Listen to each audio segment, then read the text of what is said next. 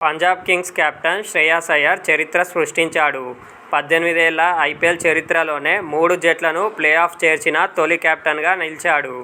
రాజస్థాన్ రాయల్స్తో ఆదివారం జరిగిన మ్యాచ్లో పంజాబ్ కింగ్స్ 10 పరుగుల తేడాతో విజయం సాధించింది. ఈ గెలుపుతో 17 పాయింట్లను ఖాతాలో వేసుకున్న పంజాబ్ కింగ్స్ ప్లేఆఫ్ బెర్త్ను ఖరారు చేసుకుంది. ఈ గెలుపుతో పాటు గుజరాత్ టైటాన్స్ చేతిలో ఢిల్లీ క్యాపిటల్స్ ఓటమి పాలవడంతో పంజాబ్ కింగ్స్కు కలిసొచ్చింది.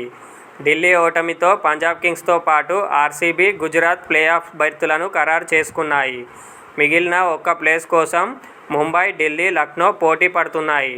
గతేడాది కేకేఆర్ను నడిపించిన శ్రేయాస్ అయ్యర్ టైటిల్ కూడా అందించాడు. గతంలో ఢిల్లీ క్యాపిటల్స్కు సారథ్యం వహించిన అతను ఆ జట్టును ప్లేఆఫ్కు తీసుకెళ్లాడు. తాజాగా పంజాబ్ కింగ్స్ను కూడా ప్లేఆఫ్కు తీసుకెళ్లడంతో 3 జట్లను ప్లేఆఫ్కు చేర్చిన కెప్టెన్గా చరిత్రకెక్కాడు. మరే కెప్టెన్ ఈ ఫీట్ సాధించలేదు.